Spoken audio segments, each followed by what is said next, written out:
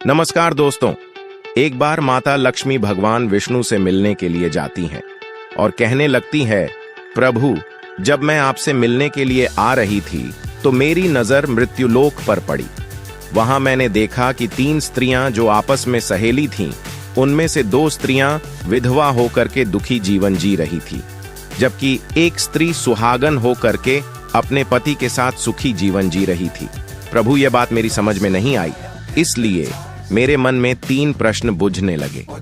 अब मैं आपसे यह चाहती हूँ कि आप मेरे तीनों प्रश्नों के उत्तर दे करके मुझे संतुष्ट करने की कृपा करें। मित्रों, इस प्रकार माता लक्ष्मी की बात को सुनकर भगवान विष्णु कहते हैं, हे लक्ष्मी, तुम मुझे अपने तीनों कष्ट बताओ। मैं तुम्हें तुम्हारे प्रश्नों के उत्तर देकर के पूरी तरह संतुष्ट करने का प्रयास करूंगा। अब माता लक्ष्मी कहती है, प्रभु, मेरा पहला प्रश्न है, कौन सी स्त्री समय से पहले विधवा हो जाती है? मेरा दूसरा प्रश्न है, कौन सी स्त्री को जीवन में कभी सुख नहीं मिलता? और मेरा तीसरा प्रश्न है, कौन सी चीज ऐसी है जो एक पत्नी अपने पति को मांगने से भी नहीं देती?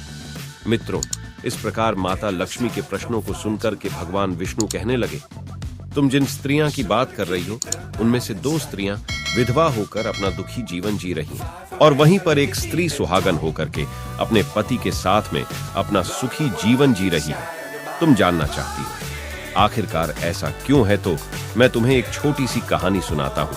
इस कहानी को बहुत ही ध्यान से सुनना। आधी अधूरी कहानी सुनने वालों को आधा अधूरा ही ज्ञान प्राप्त होता है, जो जीवन में कभी काम नहीं आता, क्योंकि तुम्हारे तीनों प्रश्नों के उत्तर किसी छोटी सी कहानी में समाये हुए हैं। यदि तुमने ध्यान से सुना तो तुम्हारी तीनों प्रश्नों के उत्तर तो अवश्य मिलेंगे और तुम्हें संतुष्टि प्राप्त होगी। मित्रों, माता लक्ष्मी कहती, प्रभु, मैं आपकी बात से सहमत हूँ, आप कहानी शुरू करो।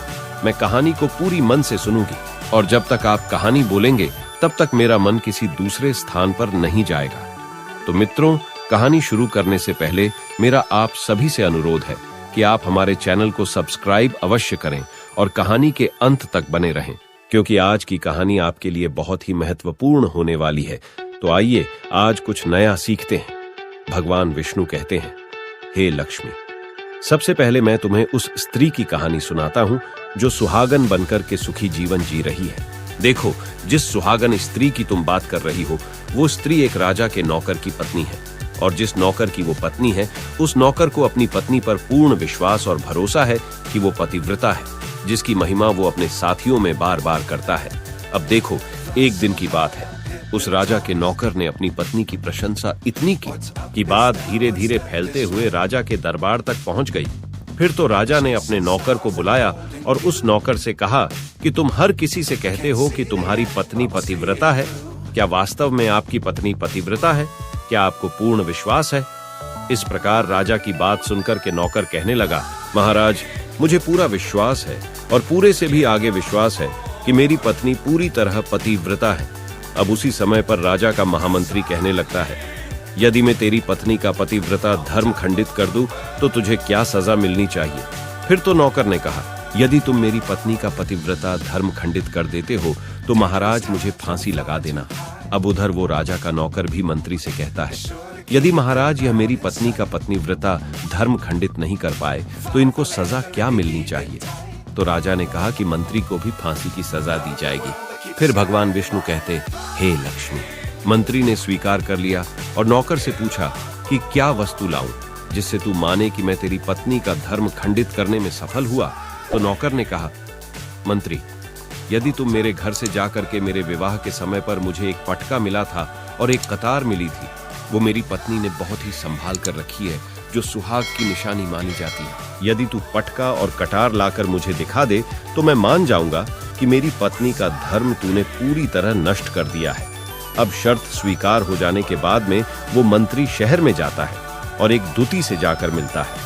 वो दूती हमेशा एक दूसरे से भिड़ने का काम करती थी, और जो काम कोई नहीं करता था वह काम करने में वो सक्षम थी। फिर इस प्रकार उस मंत्री ने उस दूती को अपने स्वार्थ के लिए बुलाया और दूती से कहा कि देखो, इस नाम का एक व्यक्ति है, उससे मेरी शर्त लगी है। और फिर उसने उस शर्त के बारे में उसको सारा कुछ बता दिया।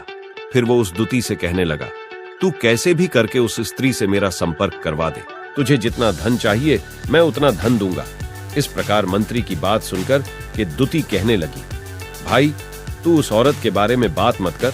वो औरत पूरी तरह से पतिव्रता है, तेरी ओर थूकेगी भी नहीं, तेरी शक्ल भी नहीं देखेगी, और उनके परिवार के व्यक्ति खूंखार है, तेरी खाल उतार लेंगे। तो मंत्री कहने लगा, ठीक है, यदि तू मेरा उससे संपर्क नहीं करवा सकती है तो एक काम कर दे, उसके घर जाकर के पटका और कटार चुरा कर ला दे, और उसकी पत्नी के गुप्तांग के पास में यदि कोई चिन्ह हो तो वो चिन्ह भी मुझे देख करके बता दे, फिर मैं तुझे मुंह मांगा इनाम दूंगा।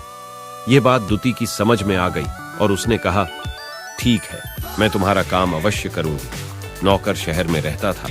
दुती नौकर के घर जाती है, उसकी पत्नी से जाकर बोलती है, हे बेटी, मैं तेरी पति की बुआ हूं, मैं कई बरसों के बाद आई हूं। फिर उस स्त्री ने कहा, आओ बुआ जी, मैंने आपको पहले कभी देखा नहीं, इसलिए पहचान नहीं पाई।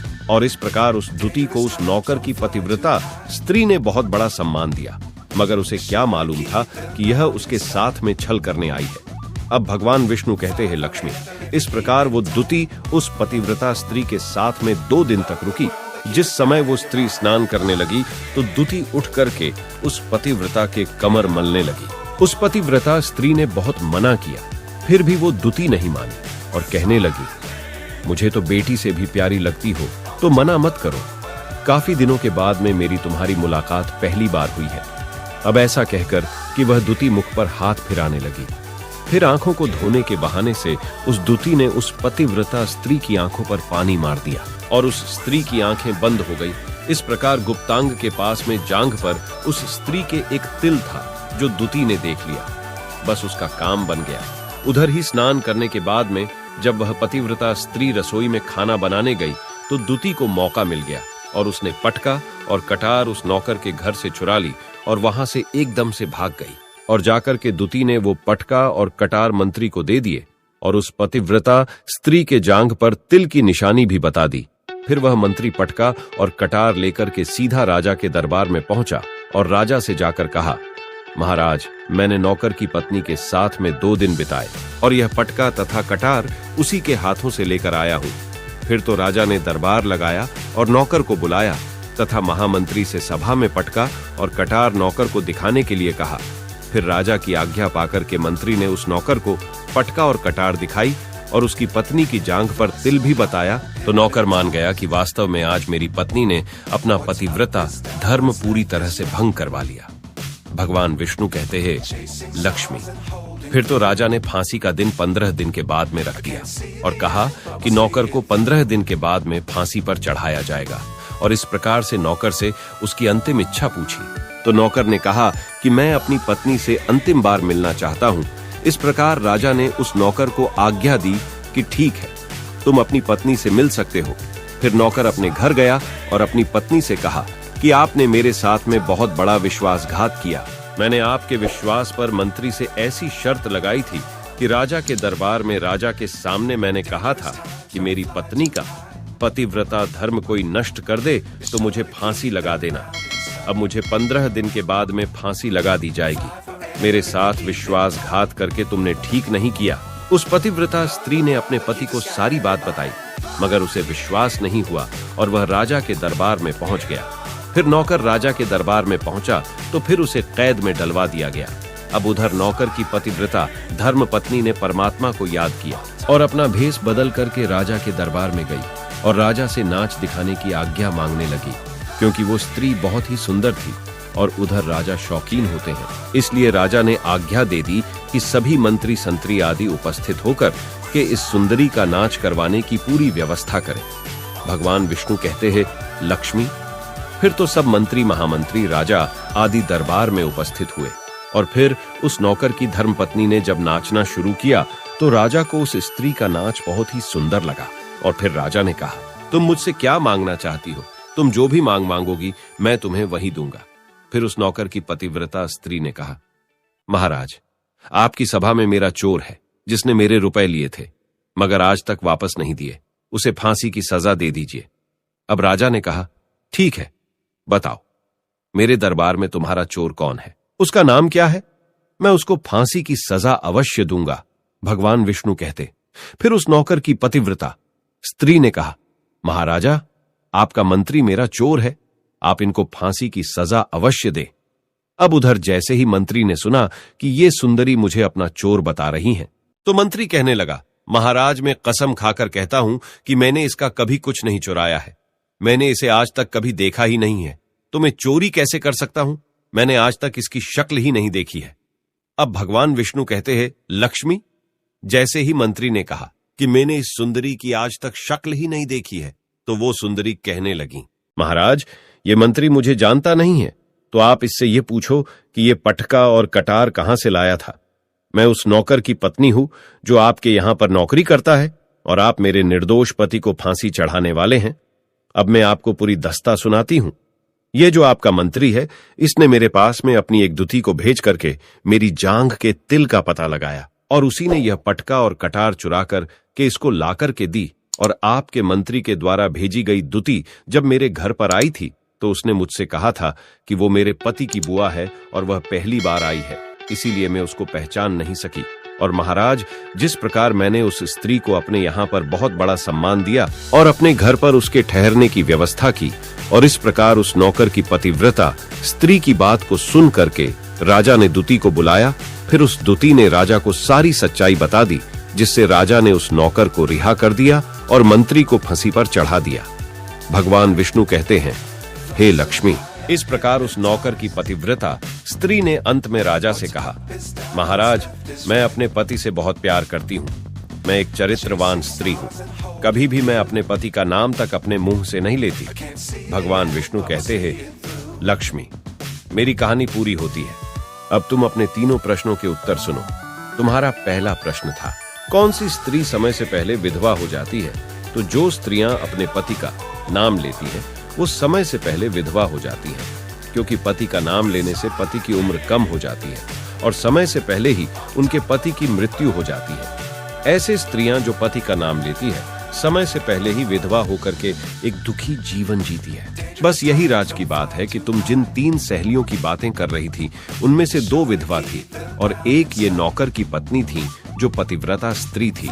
ये पतिव्रता स्त्री कभी भी अपने पति का नाम मुंह से नहीं लेती थी, और उधर वो 2 स्त्रियां जो विधवा होकर जीवन दुखी होकर जी रही है, वो हमेशा अपने पति का नाम लेकर ही बुलाती थी, जिसकी वजह से उनके पति की उम्र कम हुई और फिर वो दोनों स्त्रियां समय से पहले ही विधवा हो गई और आज वो दुखी जीवन जी रही हैं। इसलिए कभी भी स्त्रियों को अपने पति का नाम अपने मुंह से नहीं लेना चाहिए। अब तुम्हारा दूसरा प्रश्न था, कौन सी स्त्री को जीवन में कभी सुख नहीं मिलता है? तो समझ लो, जो स्त्रियां अपने पति के बिना अनुमति के किसी तीर्थ स्थान या उत्सव में जाती हैं, उनके जीवन में कभी सुख नहीं आता। ऐसी स्त्रियां जीवन पर दुखी रहती हैं और उन्हें पति का कभी प्रेम नहीं मिलता। भगवान विष्णु कहते हैं, लक्ष्मी तुम्हारा तीसरा प्रश्न था कि ऐसी कौन सी चीज है जो एक पत्नी अपने पति को मांगने से भी नहीं देती? तो समझ लो वह चीज गाली है। एक चरित्रवान स्त्री कभी अपने पति को गाली नहीं दे सकती, और जो स्त्री गाली देती है वो स्त्री कभी चरित्रवान नहीं होती, और ऐसी स्त्री जीवन भर रोती है, उसके जीवन में कभी सुखी नहीं आती और समय से पहले ही ऐसे स्त्री विधवा हो जाती है। मित्रों, इस प्रकार कहानी सुनने के बाद में माता लक्ष्मी पूरी तरह से अपने तीनों प्रश्नों से संतुष्ट होकर कहती हैं, प्रभु वास्तव में जो स्त्री चरित्रवान होती है वो कभी दुखी जीवन नहीं जीती है, क्योंकि ऐसे घर में लक्ष्मी का सदा वास होता है और वह घर धन धान्य से हमेशा भरपूर बना रहता है। ऐसी स्त्रियां हमेशा घर को स्वर्ग बना देती हैं। तो दोस्तों, यदि आपको ये वीडियो पसंद आई हो तो प्लीज आप हमारे चैनल को सब्सक्राइब अवश्य करें, वीडियो को लाइक करें और दोस्तों सच्ची श्रद्धा से कमेंट में जरूर लिखें, जय श्री राम, जय हनुमान। साथ ही देवों के देव हर हर महादेव सदैव आप पर अपनी कृपा बनाए रखे। प्रिय मित्रों, वीडियो को अंत तक देखने के लिए धन्यवाद। जय श्री राम।